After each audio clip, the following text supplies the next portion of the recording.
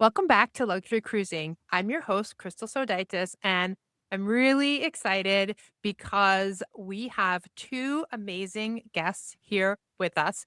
We've got one repeat, Samantha, who has previously been on the podcast. And we also have Desiree, who is coming to us from Riverside Luxury Cruises. You all know, you've heard me talk about Riverside. It is one of the premier river cruise lines sailing in Europe right now. They're relatively new, but they were really fast in establishing themselves as luxury. And well, I will let Desiree introduce herself and tell you anything that she wants you to know about Riverside Luxury Cruising. Desiree, I'll have you go first. Awesome. I'm so excited to be here. Thank you so much for having me. My name is Desiree Burgeon, and I am the Director of Sales of Riverside Luxury Cruises, overseeing Southeast region. So we have an amazing team of different directors throughout the country. It's very small, but we're mighty, but I'm definitely here to help and tell you all things Riverside. Amazing. And Samantha, who you may remember from previous time she was on the podcast, I will definitely link that in the show notes, who I have to thank for connecting me with Desiree and Riverside. Samantha, please remind the audience anything you want them to know about you. Yes, absolutely. So I'm Samantha Bailey. I am the founder of Endeavor Travel Group, and I'm very proud to have Riverside Luxury Cruises as one of my top partners. They're fabulous to work with. And of all the river cruise companies, I actually chose them for my own personal vacation this upcoming November, which will be a very different experience from the last one I talked about on here, which was when we stayed in the ultimate family suite on Utopia of the Seas on Royal Caribbean. So we're going to get to talk about two really different experiences, both exciting and both good fits for different people. But I'm looking forward to everyone getting to learn a little bit more about Riverside, one of my new favorite partners. Yeah, excellent. Excellent. So I'm going to start the podcast with a question that I usually reserve for the end. And Desiree, how do you define luxury?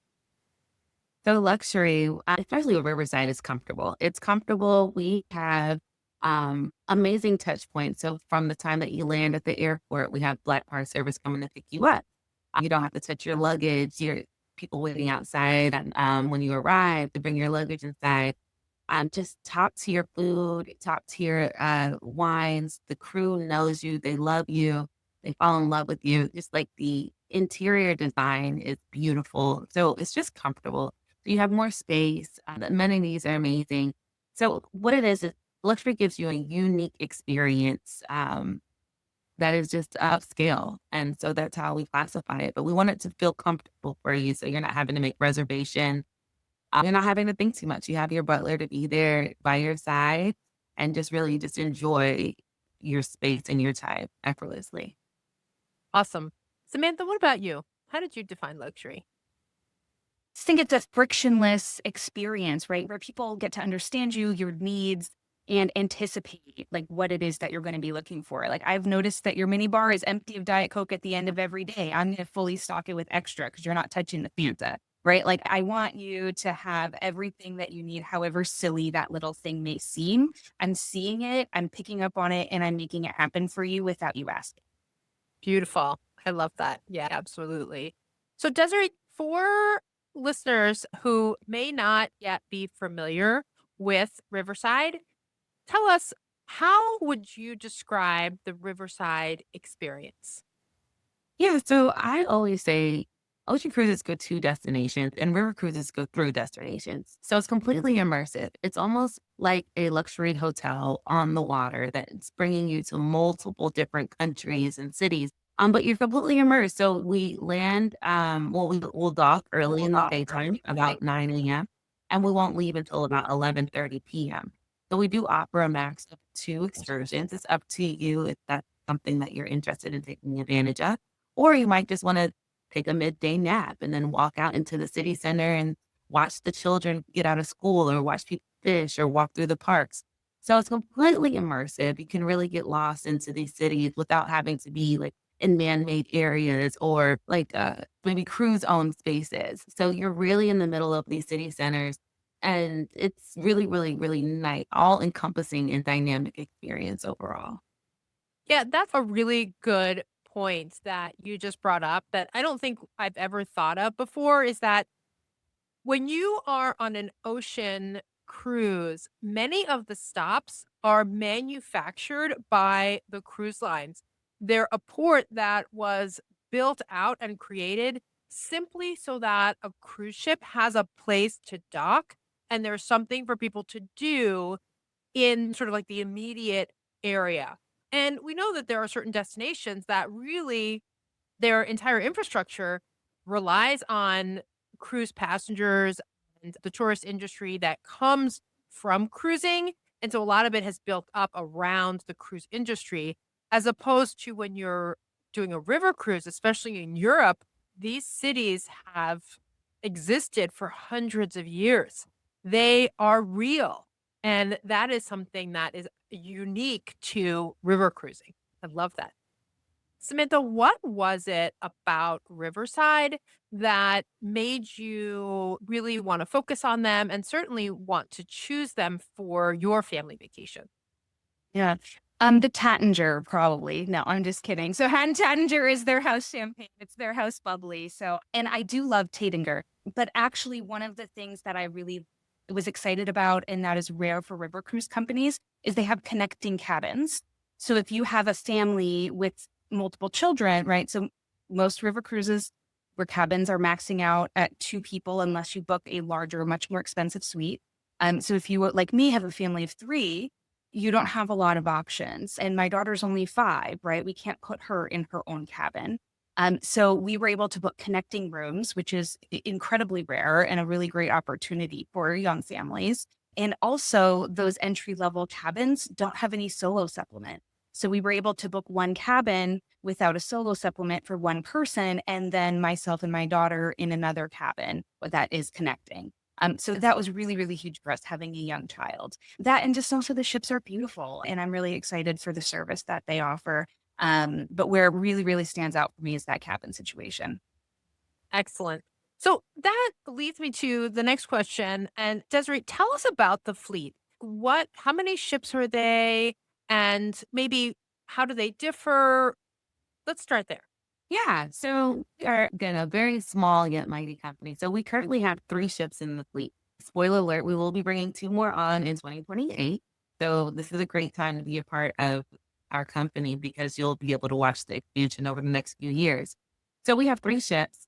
The largest is going to be the Mozart, and she is, I would say, double wide. She's really large, and she sails down the Danube River. She is 81 rooms. So still very small, yet mighty. You don't really see a lot of ships that only have 81 rooms, and that's our largest ship. Other 2 ships, they're completely identical, the Debussy and as well as the Ravel, but however, they're just on 2 different rivers. So we have the Debussy, which is going to be on the Rhine, and then we have the Ravel, which is on the Rhone, which sails down south of France. Those are both 55 cabins, all suites across the board. So this is great for your solo travelers. Samantha did a really good job speaking about how we have the wave solo supplement, so they don't have to pay double for a cabin.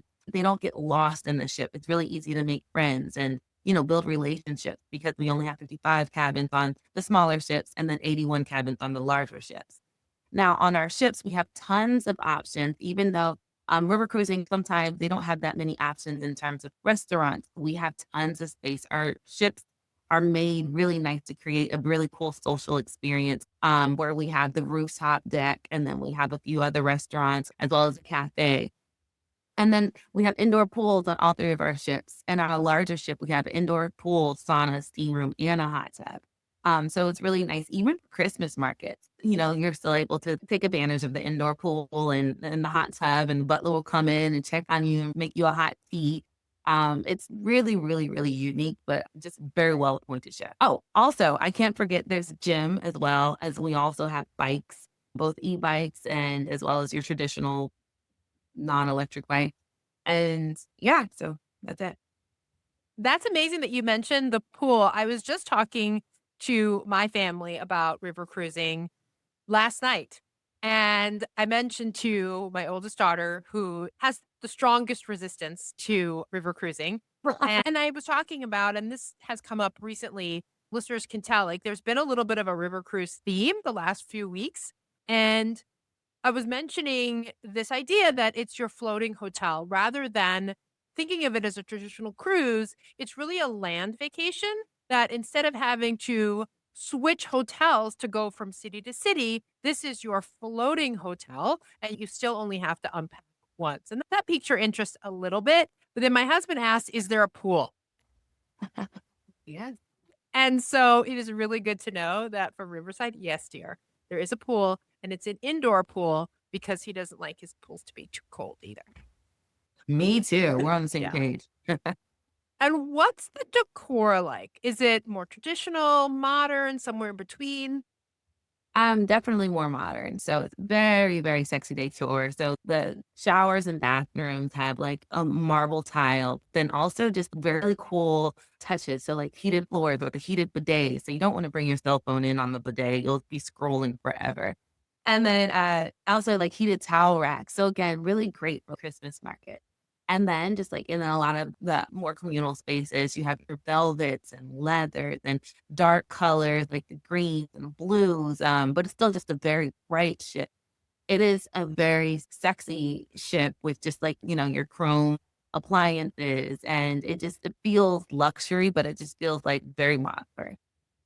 Yeah, I love it. I love the heated floors, heated towel racks, a heated floor in the bathroom. To me, that is really luxury.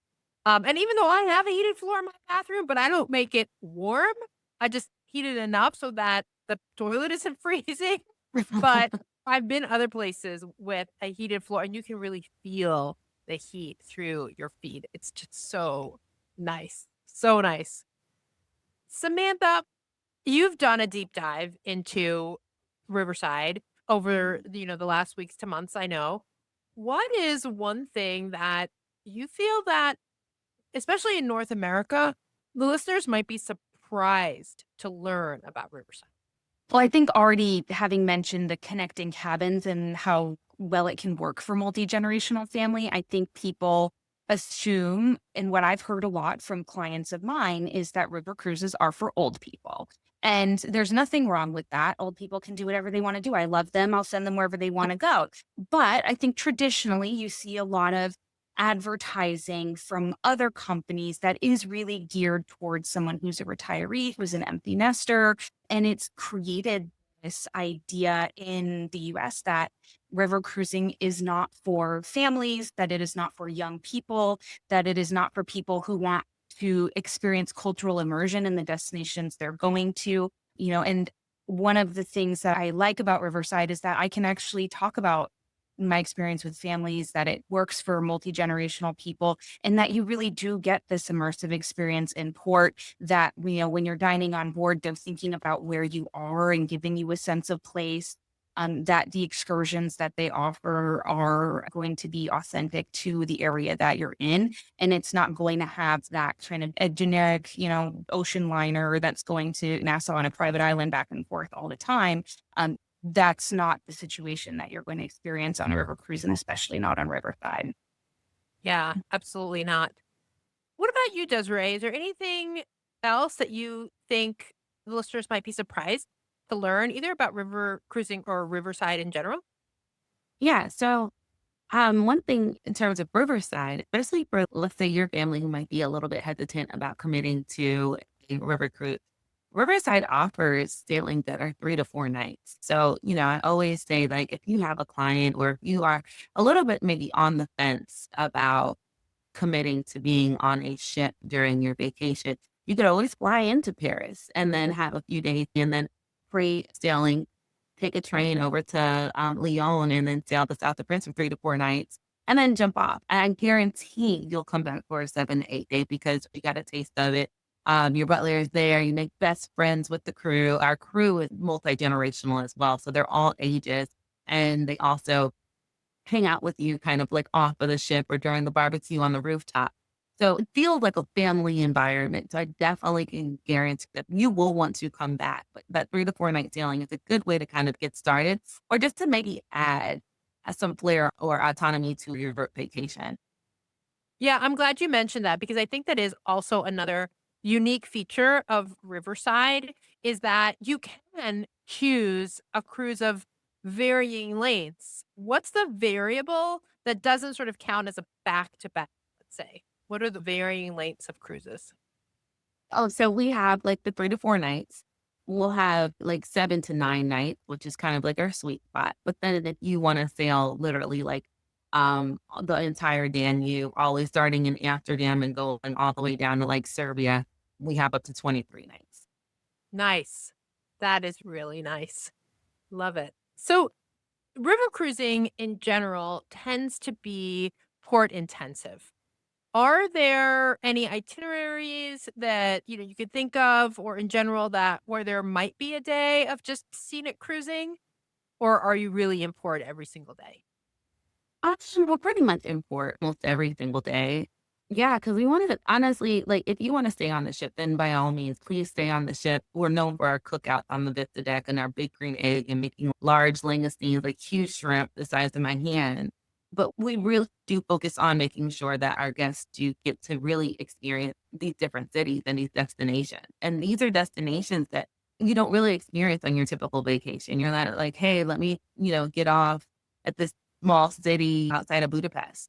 So it's really important for us to be able to give that exposure. And, we'll say like, hey, go take a bike out. You don't have to take an excursion. It could just be a simple thing. I remember just going out and just literally taking a book and sitting in the park bench and just taking it in and just sitting behind a castle, but watching just, students just live their lives and families walk their dogs and just really being able to kind of see the difference in cultures, and I just thought that was amazing. Yeah, I agree. I mean, as someone who has spent a lot of time in Europe, there is, again, a luxurious aspect to being able to sit in a cafe and have coffee and maybe a cookie. Like, that is pretty Exactly. consistent in Europe is when they bring you your latte or cappuccino or whatever, they bring you, like, a little teeny tiny biscuit next to it to Mhm. dunk. But, yeah, like, especially, in the States where we have very much a coffee to go kind of a culture, I don't even walk into whatever the Starbucks, McDonald's, Dunkin' Donuts. I don't even walk in to order. Like, if I can't order it on my app, I'm upset. To be able to sit in a cafe in Europe and just enjoy your coffee or your tea or whatever and watch the world go by, it is very nice. It does sound Mhm. really, really nice. Yeah. You don't feel rushed. You're really able to do things, at your own pace. And that's another reason why we don't take reservations in any of our restaurants because we just want you to be able to just enjoy yourself, explore, and then come back for dinner. And then we're here for dinner. But like, just go get lost. Well, don't get lost. Come find you. Yeah. Samantha, which river are you sailing in November? And is there a port in particular that you're looking forward to?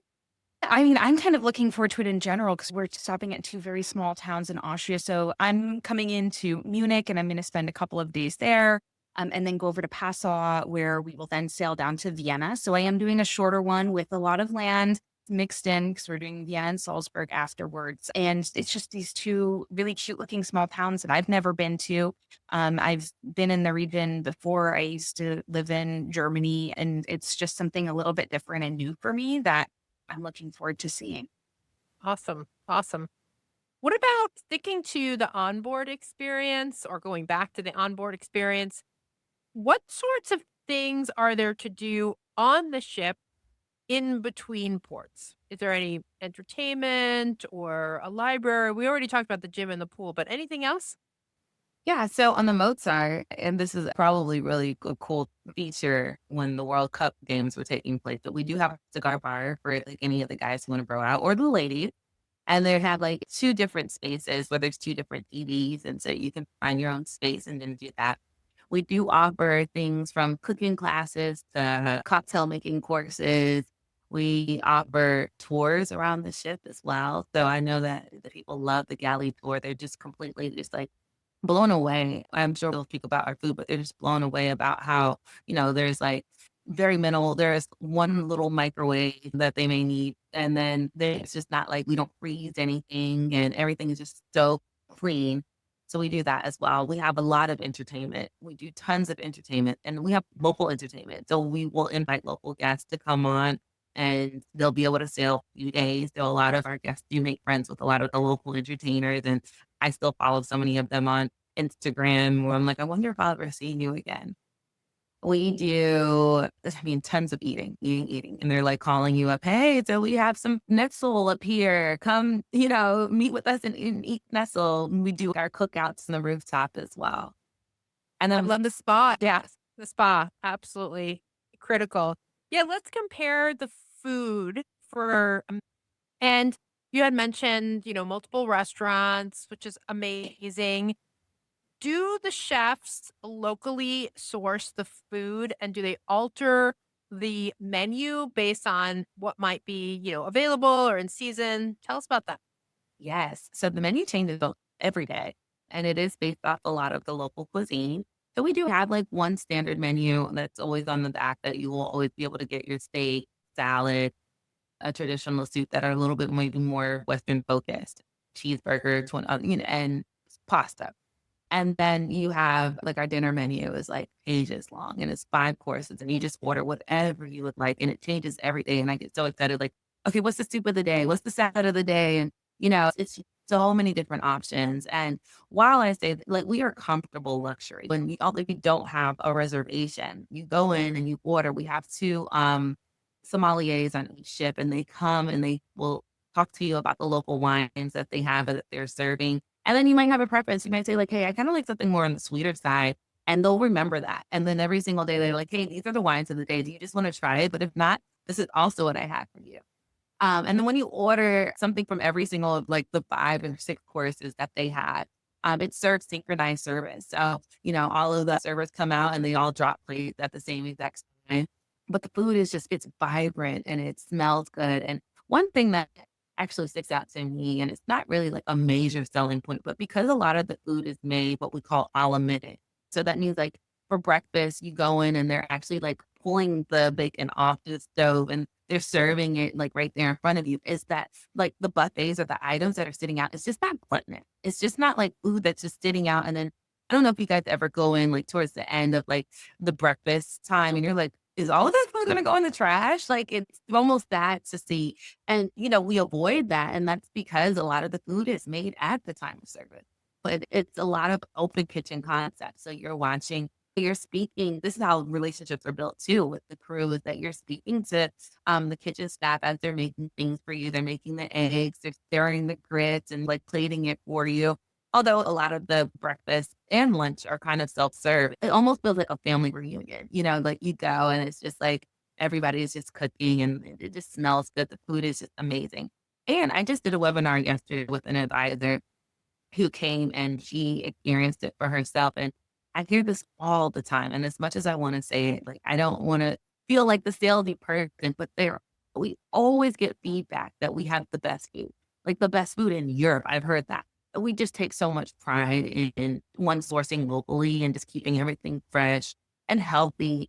And then also, if you do have any dietary restrictions, we already have a lot of gluten-friendly items, and so we already have our breads available and things like that. So even if you do have, like, any gluten intolerance, it's not really a heavy lift for us, we're already prepared. And any other dietary restrictions, we definitely make sure we have eyes on that. And then take it to another level, we are implementing some excursions that you are able to actually go visit some of the local purveyors with the chef as they get the food. So it doesn't get any more hands-on and immersive than that. Yes, and that's a great segue to my next question. And that is, how does Riverside sort of tailor their excursions and maybe carry that experience that you are creating on the ship? How do they bring that out into port in their excursions? Oh, well, our excursions, we have a lot of unique excursions. And again, I've had travel advisors tell me, like, this is the best excursion of my life. So just recently, just yesterday, my travel advisor that just came back, she said that they did horseback riding and they sailed the south of France and they horseback rode through a lot of the vineyards. And then once it was just like, I guess, a really long ride. And when they were done, they had a beautiful picnic and it was just like a table set up outside. And it was just so beautiful. I love that for her. But we have a wide variety of excursions, and a lot of them are just extremely unique. And some of like the cultural excursions, so the Anne Frank museums, going to like they'll bring you to Mozart's actual apartment of where he grew up. I've been to places where the Beauty and the Beast was inspired. It's literally like you go to some of these cultural places and things. I'm not like a big history buff. So some of those things, like I'm more of like an active person, like let's go kayaking or something like that. But every time I'm like, let me just go and like, let me experience it. As I feel like I come back to the United States and my IQ went up a few points. Like I've learned so many different things. I've been to the Godiva Chocolate Factory, and it's literally like the Willy Wonka Chocolate Factory of just them making wafers, and you're watching the chocolate go everywhere. I've been to like businesses and toy workshops, and they're making toys. So cool. But then on the other side of it, I've been hosted by host families. In Slovakia, there was a family that's about 6 of us. And we just like, at first we were like, okay, this is kind of weird. Are we going to be okay? And by the end of it, we ended up telling the car like to go without us, and somebody from the ship stayed with us, and we just drank some of their wines that the father made, and then the adult kids came by, and the mother made desserts, and then like the kids brought some of their local like things that they just grew out of their garden. Neighbors started to come by, and we were like, it doesn't get any more immersive than this. It was just so much fun. So we have our traditional walking tours that we do offer where you go into the city center, and we do have a guide, but you can veer off from the guide. A lot of us have ADHD, so standing there and listening to the guy, talk about the castle, sometimes you're like, okay, let me go walk off over to get this Vienna sausage. It smells great around the corner. So we definitely allow that. And it's just a really great variety of activity from, hiking. And then you also have like a lot of the cultural museums and things. And my guess too is since you offer a variety of excursions and the ship's capacity is in the 100-ish, that the excursion groups are pretty small, Yes, which it just is makes it very, easier to very personalize. yes, it's very, very small. The groups are small. So I think at a max group, you might have maybe 15 guests. And it's always cool. And Riverside does a really good job at being able, because what happens, and it happens all the time, it happens with me when I sail. Well, I will go on and I have like probably way too many like wine tasting experiences. And I'm like, I can't drink any more wine. And then I meet like a group of people and they're like, hey, we're actually going to do the chocolate tasting experience. Would you like to come? And actually, I would love to come with you guys. And then, like I change it up. Or I cycled 50 miles on accident. And during the earlier excursion, I come back for lunch. And then, people are like, hey, we're going to take it easy and we're going to actually just walk into town. Would you like to do that? And so it's just like, we do a really good job of being able to kind of like make it very versatile and being able to customize while you're on the ship. One other thing I would like to point out that we do offer is a signature event on every single ship, on every single itinerary. And the signature event is really, really nice because it basically brings the entire ship together. It's usually like the day before you disembark off of the ship.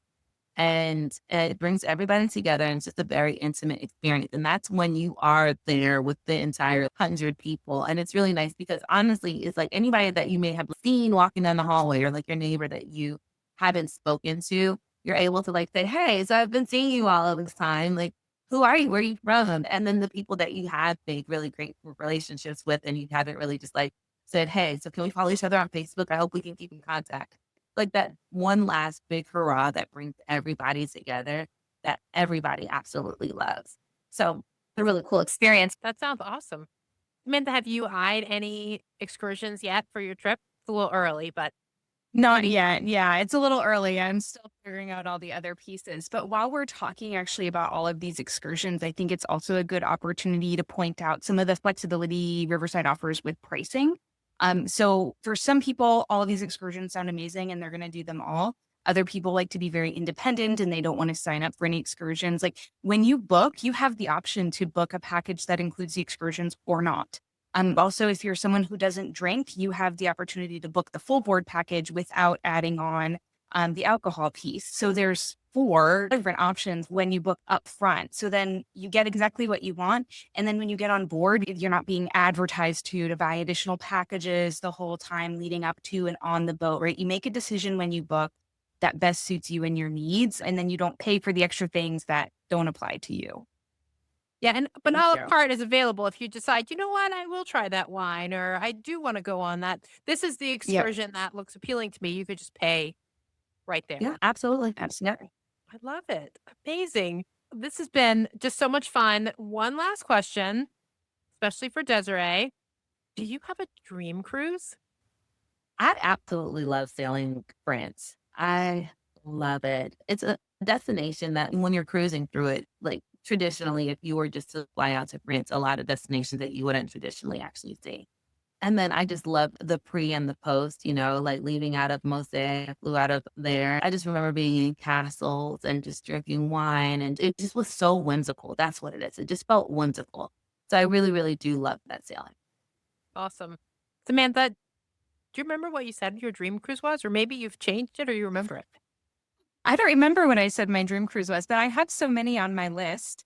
For Riverside, other than my Christmas market cruise, I'd love to spend more time on the Rhine and see some of the castles from that viewpoint. I think that would be really neat.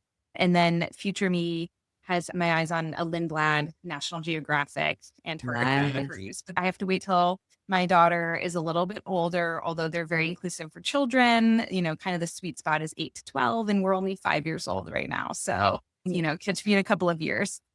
Yeah, holding out for that one. Thank you both for being here and for sharing all about Riverside Luxury Cruising. It's been such a joy. I really appreciate it. And all the listeners, thank you again for being here. And until next time, I wish you safe and luxurious cruising.